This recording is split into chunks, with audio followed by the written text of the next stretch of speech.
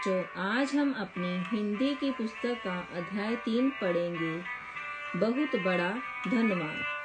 तो आइए बच्चों, इस कहानी में हम यह पढ़ते हैं कि हमारे हाथ पैर आंख कान ही सबसे बड़ी दौलत है।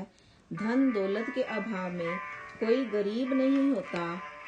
यह बात एक छोटे बच्चे ने कैसे समझ ली, तो आइए इस कहानी में हम पढ़ें।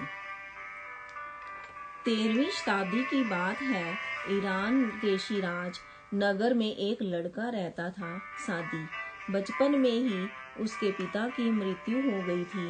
उसकी माँ ही उसका पालन पोषण करती थी। रमजान का महीना था। बाजारों में खूब रौनक और चहल पहल थी। शाम का समय था। लोगों की निगाहें आसमान की ओर लगी थी। सबको इंतजार था कि आज चांद दिखे तो कल ईद हो। सादी भी चांद के दिखाई देने का इंतजार कर रहा था। तभी लोगों की आवाज सुनाई दी, चांद दिख गया, चांद दिख गया। सादी भी खुशी से चांद दिख गया चिल्लाता हुआ अम्मी के पास गया और बोला, अब कल ईद होगी ना अम्मी, मैं नए कपड़े पहनकर मेले में जाऊंगा। तो देखो बच्चों, 13वीं शताब्दी की बात थी कि ईरान के शिराज नगर, ये ईरान का एक नगर है जिसका नाम है शिराज। वहां पर सादी लड़का रहता था। बचपन में ही उसके पिता की मृत्यु हो गई थी और उसका पालन पोषण कौन करती थी? उसकी माँ। और रमजान का महीना था। बाजारों में खूब चहल पहल थी और शाम के समय सब लोगों की निगाहें आसमान पर लगी थी। तो बच्चों देखो, सब लोगों को चांद निकलने का इंतजार था। तो सादी भी अपनी माँ के पास गया और बोला, कल ईद है ना मम्मी, मैं नए कपड़े पहनकर मेले में जाऊंगा।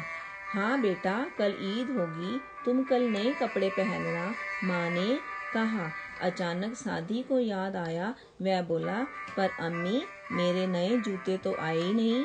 आपने कहा था कि ईद से पहले ले आएंगी। माँ के चेहरे पर उदासी छा गई। सादी के पिता की मृत्यु के बाद वह जैसे तैसे घर का खर्च चला रही थी। एक एक पाई जोड़कर उसने सादी के नए कपड़े तो खरीद लिए, पर जूते ना खरीद पाई। उसकी आंखों में आंसू छलक आए। माँ को उदास देखकर सादी ने कहा, अम्मी, आप उदास मत होइए। खुदा ने ना मालूम क्यों हमें गरीब बनाया है। मैं पुराने जूते ही पहन लूंगा। आप बस रोना बंद कीजिए। कल तो ईद है, खुशी का दिन है। सादी माँ के गले में बाहें डालकर झूलने लगा। तो रात को सोते हुए सादी के सपने में एक फरिश्ता आया। उसकी दाढ़ी लंबी और सफेद थी। उसने सफेद कपड़े पहने हुए थे। उसके चेहरे से तेज प्रकाश निकल रहा था। फरिश्ते ने सादी को हाथ पकड़कर उठाया और अपने साथ एक बड़े से महल में ले गया। महल की शान और शौकत देखकर सादी की आंखें फटी की फटी रह गई। तभी फरिश्ते ने उसे एक कमरे के भीतर जाने को कहा। सादी ने कमरे का दरवाजा खोला तो उसे अंदर से रोने की आवाज सुनाई दी। एक व्यक्ति रोते हुए दुआ कर रहा था, ए खुदा, मुझसे यह सारी धन दौलत ले ले, लेकिन मेरी आंखों की रोशनी मुझे बख्श दे। सादी ने कमरे का दरवाजा बंद कर दिया। देखो बच्चों, सादी अपनी माँ के पास जाता है। माँ, कल ईद है, मैं मेला देखने जाऊंगा, मैं नए कपड़े पहनूंगा, मेरे पास जूते तो नहीं है। पता नहीं खुदा ने हमें क्यों गरीब बनाया है। कोई बात नहीं, मैं पुराने जूते ही पहनकर चला जाऊंगा। आप रोना बंद कीजिए। अब सादी